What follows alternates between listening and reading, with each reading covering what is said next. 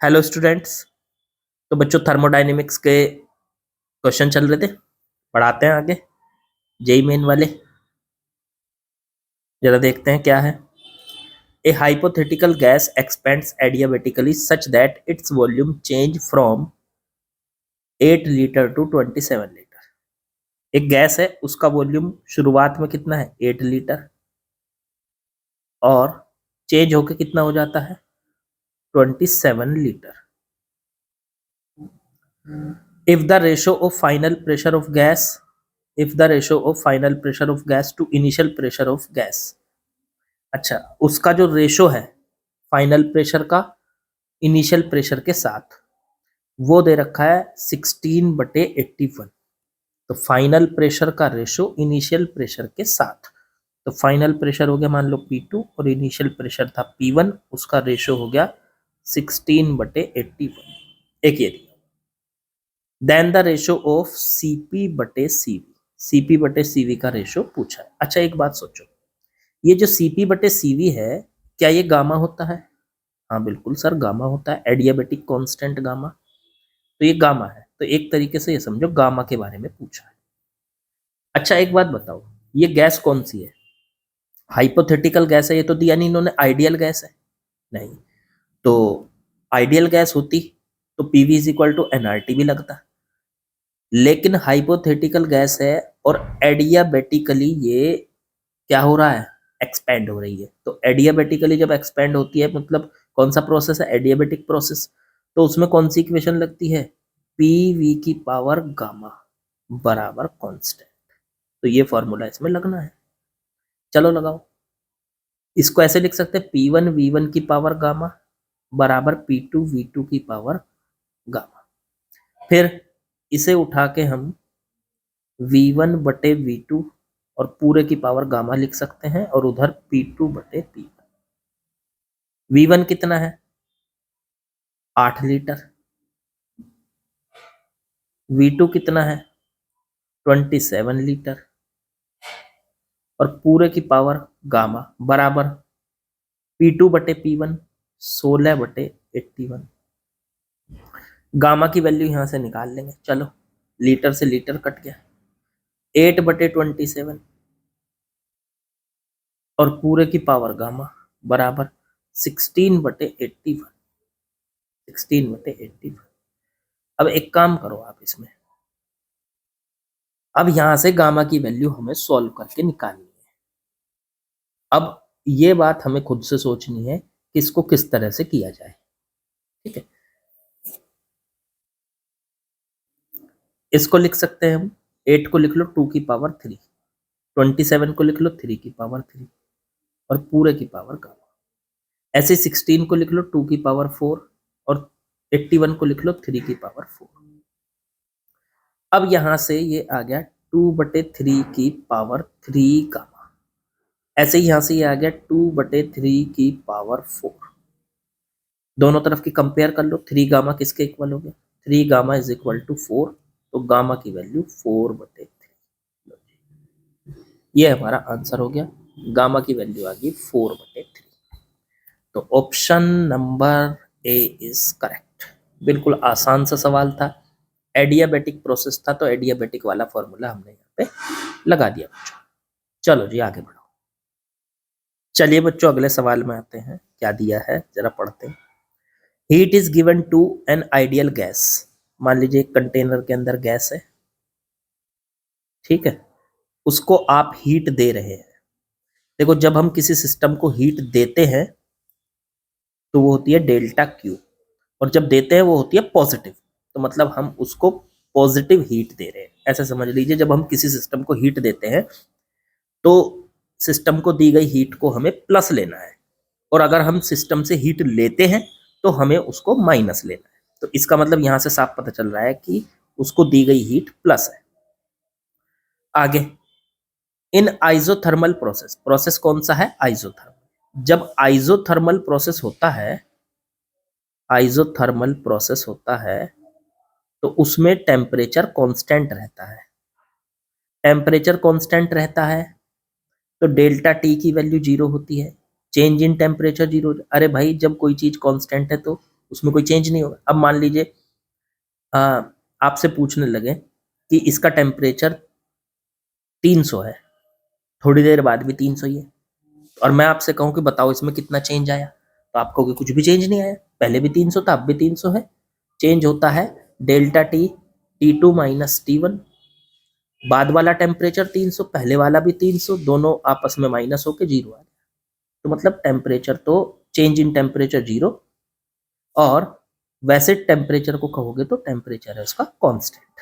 अब जब temperature constant होता है तो चेंज इन टेम्परेचर जीरो होता है, और उसकी जो इंटरनल एनर्जी का चेंज होता है वो उसके चेंज इन टेम्परेचर पे डिपेंड करता है। मतलब अगर उसका चेंज इन टेम्परेचर जीरो है तो इंटरनल एनर्जी का चेंज भी जीरो है, उसके अंदर कोई इंटरनल एनर्जी नहीं बदलेगी। तो एक तो पॉइंट यहाँ से ये निकल का आया, आइसोथर्मल प्रोसेस में टेम्परेचर कांस्टेंट होता है तो डेल्टा टी की वैल्यू जीरो होती है, डेल्टा टी पे डिपेंड करती है delta U, change in internal energy भी जीरो हो जाती है। तो किसी भी सिस्टम की इंटरनल एनर्जी उसके चेंज इन टेम्परेचर के प्रोपोर्शनल होती है, उस पर डिपेंड करती है। अगर उसका टेम्परेचर बदलेगा तो उसकी इंटरनल एनर्जी बदलेगी, और जब टेम्परेचर ही नहीं बदलेगा तो इंटरनल एनर्जी भी नहीं बदलेगी। डेल्टा टी जीरो होगा, चेंज इन टेम्परेचर, तो चेंज इन इंटरनल एनर्जी भी जीरो होगी। चलो जी ठीक है। अब अगर हम यहां से फर्स्ट लॉ ऑफ थर्मोडायनेमिक्स लगाएं, फर्स्ट लॉ ऑफ थर्मोडायनेमिक्स, वो क्या है, डेल्टा क्यू बराबर delta W plus delta U. अब देखो डेल्टा यू तो जीरो हो चुका है, उसको जीरो रख दो, तो ये तो जीरो हो गया, तो डेल्टा क्यू बराबर आ गया डेल्टा डब्ल्यू। अब यहां से हमने ये भी बात देख ली कि डेल्टा क्यू कैसा है, पॉजिटिव है।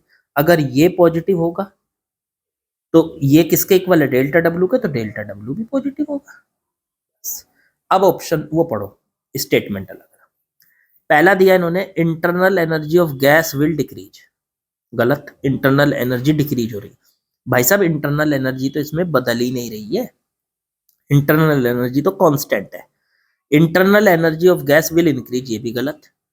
Internal energy of gas will not change, बिल्कुल सही, इंटरनल एनर्जी चेंज नहीं हो रही है। इंटरनल एनर्जी जब चेंज होगी जब टेम्परेचर चेंज होगा। अब आइसोथर्मल प्रोसेस है, टेम्परेचर चेंज नहीं हो रहा है तो इंटरनल एनर्जी भी चेंज नहीं हो रही है। ठीक है।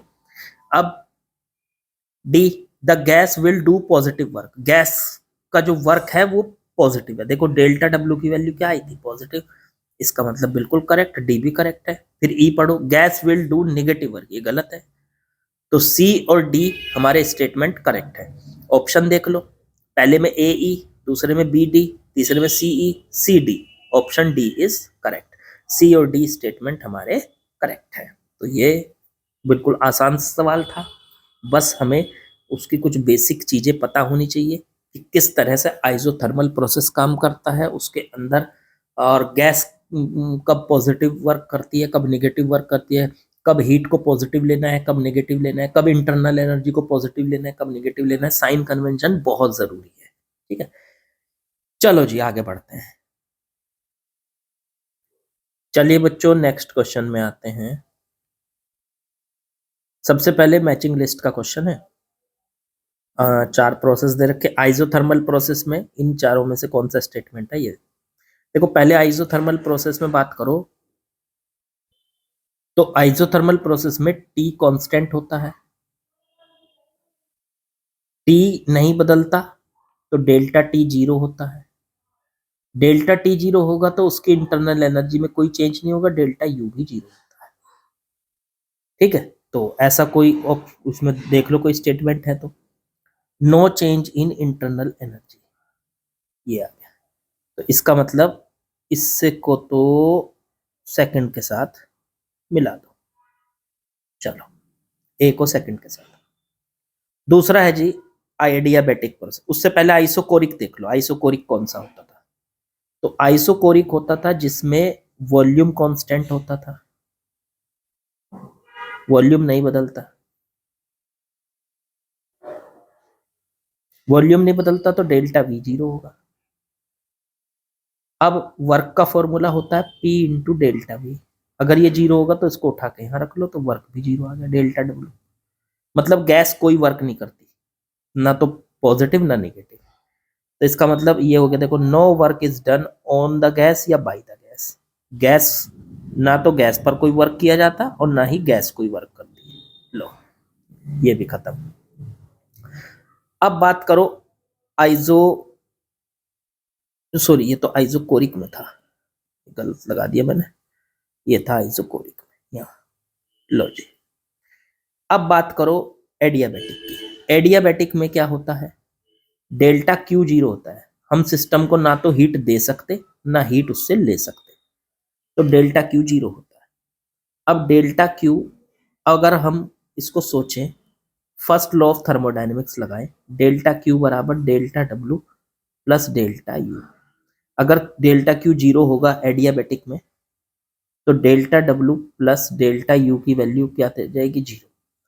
अगर हम यहाँ से डेल्टा डब्ल्यू की वैल्यू निकालें तो वो हो जाएगा माइनस का डेल्टा यू के बराबर। इसका मतलब किसी भी गैस पर किया हुआ वर्क उसकी इंटरनल एनर्जी के नेगेटिव में जा रहा है, मतलब इंटरनल एनर्जी उसकी डिक्रीज हो रही है। नेगेटिव का मतलब तो ये हुआ।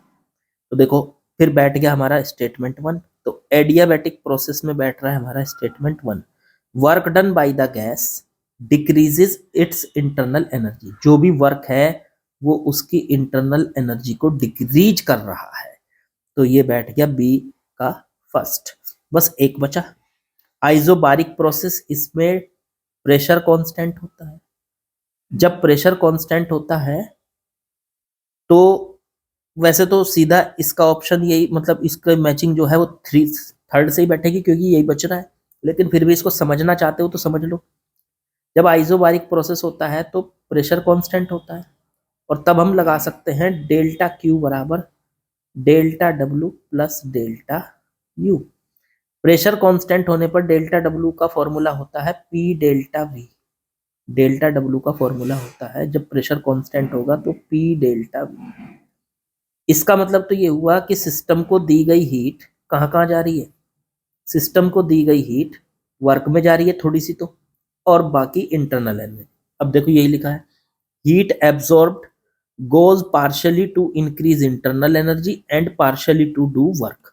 मतलब कुछ तो इंटरनल एनर्जी में जा रही है और कुछ वर्क में जा रही है। ठीक है, तो ऑप्शन मैच करा लो, ए का तो सेकंड, ए का सेकंड, ए का सेकंड, फिर बी का फर्स्ट, बी का फर्स्ट, बी का फर्स्ट, फिर सी का फोर्थ, सी का फोर्थ इसमें, तो ऑप्शन नंबर बी करेक्ट हो गया। चेक कर लो, आसान आसान आसान। ठीक है, बस आपको बेसिक्स पता होने चाहिए, सही से कंसेप्ट का आइडिया होना चाहिए, थर्मोडायनेमिक्स बिल्कुल आसानी से खत्म हो जाएगी। चलो आगे बढ़ो। चलो बच्चों अगले क्वेश्चन पे आते हैं। इन एन आइसोथर्मल चेंज, एक आइसोथर्मल चेंज है। आइसोथर्मल चेंज कौन सा होता है, जिसमें टेम्परेचर कांस्टेंट होता है। जब टेम्परेचर कांस्टेंट होता है तो प्रेशर और volume PV is equal to NRT है। तो ये एनआरटी जब टी कांस्टेंट है तो ये पूरा ही कांस्टेंट हो गया। इसका मतलब PV is equal to constant आ गया। जब PV is equal to constant का ग्राफ बनाया जाता है पी का और वी का, तो कुछ ऐसा बनता है, इधर वी इधर पी, और ये बन गया आपका ग्राफ, पी इंटू पी और वी का ग्राफ बन गया। ठीक, अब यहां से,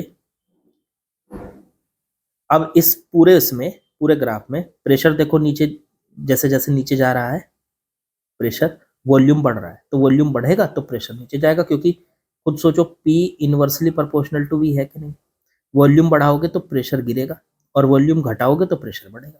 यही ग्राफ इसको दिखा रहा है, लेकिन पूरे ग्राफ में टेम्परेचर इसका कांस्टेंट रहेगा T हर जगह। किसी भी पॉइंट पे उठा लो, यहाँ उठा लो, इस पॉइंट पे, इस पॉइंट पे, इस पॉइंट पे, इन सारे पॉइंट पे प्रेशर और वॉल्यूम तो अलग है, लेकिन टेम्परेचर हर जगह सेम होगा। ठीक है ना, तो पूरे ग्राफ में टेम्परेचर सेम रहेगा, क्योंकि आइसोथर्मल प्रोसेस है तो टेम्परेचर सेम रहता है। अब खुद से सोचो, अब इन्होंने क्या दिया कि आइसोथर्मल प्रोसेस है, एक गैस रिप्रेजेंट 3 डिफरेंट टेम्परेचर पे हम इसका ग्राफ बना रहे हैं। मान लो ये तो हमने टी टेम्परेचर पे बनाया, ऐसा ही ये T1 पे बनाया, ऐसा ही ग्राफ T2 टेम्परेचर पे बनाओ, ऐसा ही ग्राफ T3 पे बनेगा तो ऐसा ही, पर बस ऊपर और नीचे हो जाएगा। तो वो हमें जानना है कि वो ग्राफ ऊपर आएगा कि नीचे आएगा, किस तरह से आएगा। तो इसका मतलब ये तो है कि ग्राफ तो ऐसा ही बनेगा, तो या तो ऑप्शन ए होगा या ऑप्शन बी होगा, मतलब डी होगा। ये तो हो नहीं सकते क्योंकि इनमें ग्राफ सीधे बन रहे हैं ऐसे, तो ये तो हो नहीं सकते। तो या तो ए होगा या डी होगा। तो अब ये हमें कैसे पता चलेगा कि सर कौन सा है? तो उसके लिए सोचते हैं, इन्होंने दिया है T1 टेम्परेचर सबसे छोटा है, फिर उससे बड़ा T2 है और सबसे बड़ा T3 है। तो T1 टेम्परेचर पे पहले ग्राफ बनाया, तो मान लो ये आया। T2 पे बनाओ, फिर कहाँ जाएगा ग्राफ, ऊपर की तरफ आएगा कि नीचे की तरफ आएगा। फिर T3 पे बनाओ, तो टेम्परेचर बढ़ने पर ग्राफ ऊपर जाएगा कि नीचे जाएगा, वो हमें सोचना है। तो खुद सोचो भाई, एक बात बताओ, P इंटू वी की वैल्यू कांस्टेंट है ना, वही तो टेम्परेचर है। हाँ बिल्कुल, टेम्परेचर बढ़ेगा तो मतलब P इंटू वी की वैल्यू बढ़ेगी, P इंटू वी की वैल्यू बढ़ेगी। अब उसको देखने के लिए ना मैं इन दोनों ग्राफ का यूज करूंगा। देखो कैसे करूंगा, जरा बताता हूँ। एक काम करो आप, PV is equal to NRT है, हर जगह लगेगा ही लगेगा। अगर मैं इन तीनों ग्राफ में इस तरीके से एक लाइन खींच लूं, ऐसे पैरेलल, देखो ये लाइन खींच ली मैंने यहां से यहां, ठीक है। अब ये लाइन पे मान लो वॉल्यूम V नोट है, तो इस पॉइंट पे भी V नोट है, इस पॉइंट पे, इस पॉइंट पे भी V नोट है, और इस पॉइंट पे भी V नोट है, ठीक है। लेकिन तीनों पे प्रेशर तो अलग अलग होगा। यहाँ का प्रेशर P1, इस वाले का T3 है ना, तो P3 ले लो इसको। इसका प्रेशर, ये T2 है टेम्परेचर, तो P2 ले लो, और इसका प्रेशर ये P1 ले लो। अब देखो खुद सोचो आप, इन तीनों में जो बड़ा है वो कौन सा है? सर सबसे बड़ा है T3। अब PV is equal to NRT के हिसाब से सोचना जरा, PV is equal to NRT। यहाँ पे आपने इन तीनों पॉइंट पर वॉल्यूम तो V नोट लिया है, मतलब तीनों के लिए वॉल्यूम सेम है, तो इसका मतलब V कांस्टेंट है, N तो कांस्टेंट है ही, R कांस्टेंट है, तो सीधा सीधा P प्रोपोर्शनल टू T आ गया। इसका मतलब अगर टेम्परेचर बढ़ाओगे तो प्रेशर बढ़ना चाहिए। ग्राफ में अगर ऐसा हो रहा होगा कि टेम्परेचर बढ़ने पर प्रेशर बढ़ रहा होगा, तो फिर ग्राफ इसका मतलब ये करेक्ट है। अब सोचो, T1 टेम्परेचर पे प्रेशर P1 है, बल्कि टेम्परेचर तो सर ये छोटा है और प्रेशर देखो इसका बढ़ गया। इन तीनों में P1 P2 P3 में सबसे बड़ा कौन है? P1 है। और जबकि होना कौन सा चाहिए? जब P प्रोपोर्शनल टू T है, तो इसका मतलब P1, और यहाँ पे ये भी कह रखा है इन्होंने कि T3 बड़ा है T2 से, T2 बड़ा है T1 से। तो टेम्परेचर T3 बड़ा है तो उसका प्रेशर P3 भी तो बड़ा होना चाहिए। P3 बड़ा होगा P2 से और P2 बड़ा होगा P1 से। लो जी, हो गया, P2 बड़ा होगा P1 से। तो इन तीनों में मिला के अगर आप देखोगे तो यहां से लेके यहां तक इस वाले ग्राफ में तो ये हो नहीं रहा। टेम्परेचर T1 अगर आप देख रहे हो तो इन तीनों में P1 P2 P3 में P1 बड़ा है, फिर P2 उससे छोटा है और सबसे छोटा P3 है, जबकि होना चाहिए P3 सबसे बड़ा। तो ये ग्राफ भी गलत हो गया, ये ग्राफ भी नहीं है। तो फिर अब इसे देखो, इसमें भी एक लाइन ऐसे खींच लो। यहाँ पे वॉल्यूम मान लो V नोट है, तो यहाँ का प्रेशर मान लो ये T1 है, तो यहाँ का प्रेशर P1 होगा।